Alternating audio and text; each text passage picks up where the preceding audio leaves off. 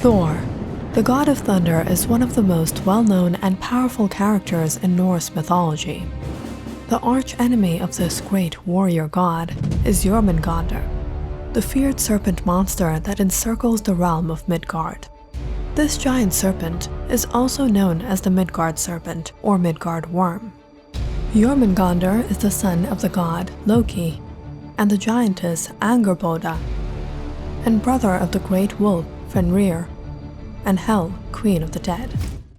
According to myth, Jormungandr was so enormous that he could encircle the whole of Midgard and held the end of his tail in his mouth.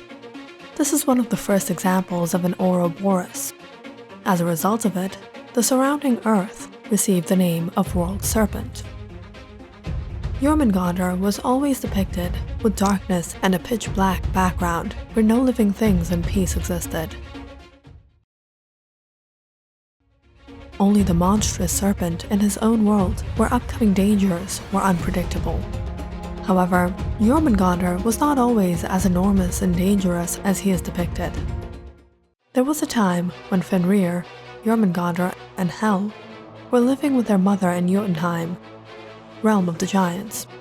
It was during that time that the gods of Asgard received a prophecy that they would cause trouble in the future. So Odin, the All-Father, ordered them to be removed while they were still quite young. Odin hurled Jormungandr into the sea, consigned Hel to the dark realm of the dead below icy Niflheim, and eventually had Fenrir bound to a rock on an island. It was then that Jormungandr eventually grew to this fearsome monster he is known as. As for Thor, he was the son of Odin, whom all the giants hated the most in the Norse pantheon. As for his brother Loki, the trickster god, many sources mention Loki came from the giants, and he was a pure giant himself. Nonetheless, this deep-rooted enmity between the gods and the giants would become the initial reason behind the clash of Thor and Jormungandr. Thor and Jormungandr would encounter a few times, the first of which was in the land of giants. Thor and Loki were on a journey to Jotunheim when they encountered the giant king, Loki. Despite the great reputation and prestige of Thor, Loki looked down on the god of thunder for his small size compared to the giants. The giant king then had Thor perform deeds for him to prove himself and regain his dignity. One of these challenges were testing Thor's strength. Loki goaded Thor into attempting to lift his huge cat. Thor grabbed the cat around its midsection and managed to raise the cat only high enough so that one of its paws left the floor. The god of thunder failed in this challenge. However, Loki later explained it had all been his deception, and that Thor's lifting the cat was an impressive deed. With the use of magic, the giant king had disguised Jormungandr as a cat, and Thor had in fact stretched the serpent so that it almost reached the sky.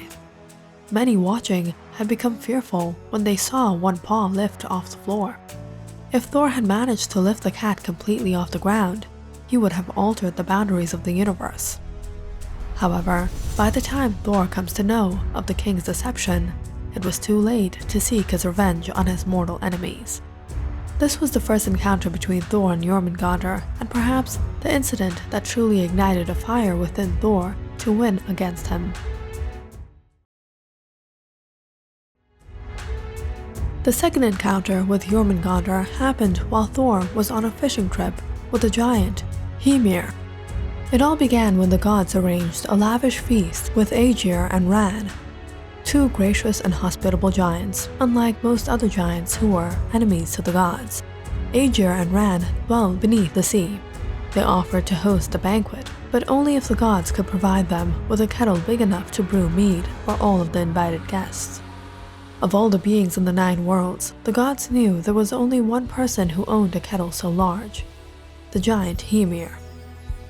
Thor, the brawniest and bravest of the gods, as well as the one most accustomed to dealing with the giants, volunteered to obtain this kettle for Hymir. So, disguised as a young boy, he traveled alone by foot from Asgard to Jotunheim, the land of the giants.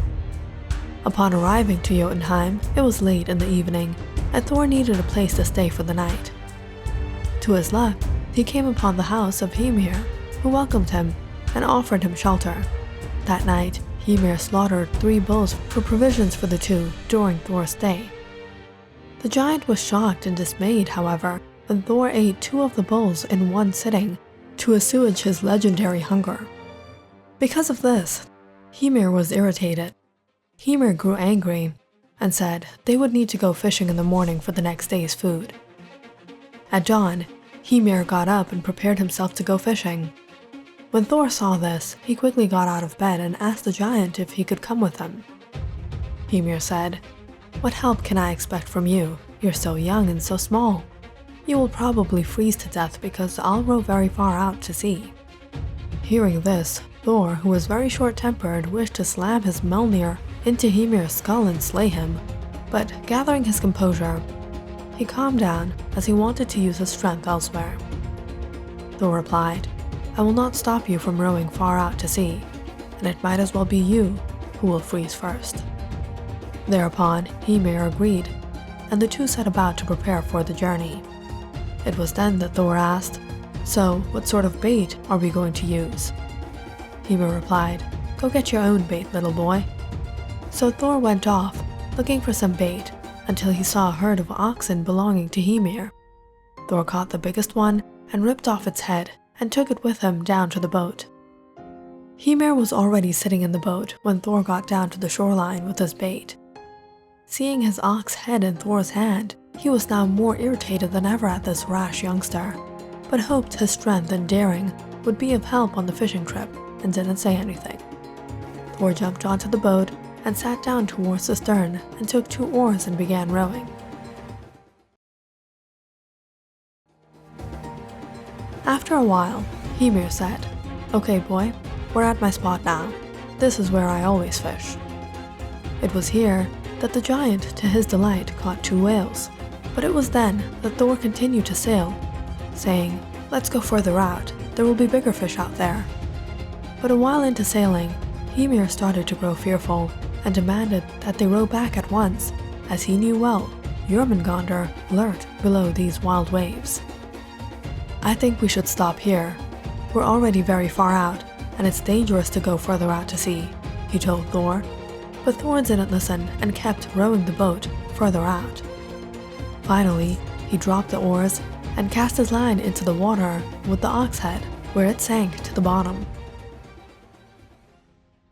A few hours went by in ominous silence and calm, until suddenly Thor felt a mighty tug on his line.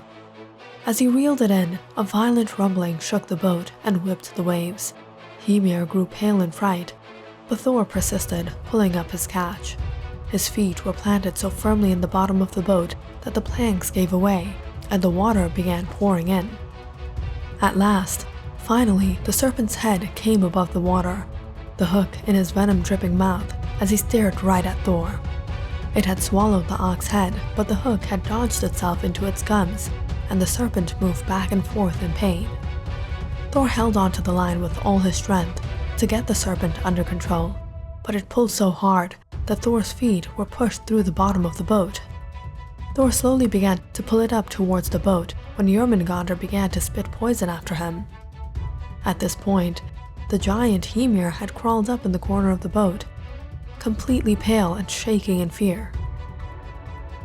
But Thor would not let this opportunity go. The god of thunder grabbed his hammer and raised it into the air, ready to slay the serpent. But at this moment, Hymir, who still had the bait knife in his hand, in a panic, cut Thor's line, and the howling serpent slunk back down into the sea. But Thor threw his hammer after it, and some people say that he struck its head off. But according to Odin's version of Ragnarok, it is still alive. Thor is enraged at Hymir for ruining a grand opportunity to end his greatest foe. In his rage, the thunder god punched Hymir behind the ear and heaved him overboard. Thor then slung the whole whales over his shoulder and waded back to land, where he picked up Hymir's cauldron and returned home to Asgard. Though the god of thunder had successfully completed his task, he was still dissatisfied, having come so close to finishing off his foe. Yet, it slipped out of his hands. Thor and Jormungandr are destined to slay each other in the end days. During Ragnarok, Fenrir would break free. Hel would supply him with an army of the dead, and Jormungandr will release its tail and rise from the seas and fight against the gods in a battle of chaos. The gods would almost be slain, but would defeat their adversaries and preserve order, which would continue in the rebirth of a new world rising from the ashes of the old. But that's another story for another day. If you enjoyed our video, like, share, and subscribe, and comment down in the section below which mythological heroes you would like to hear about.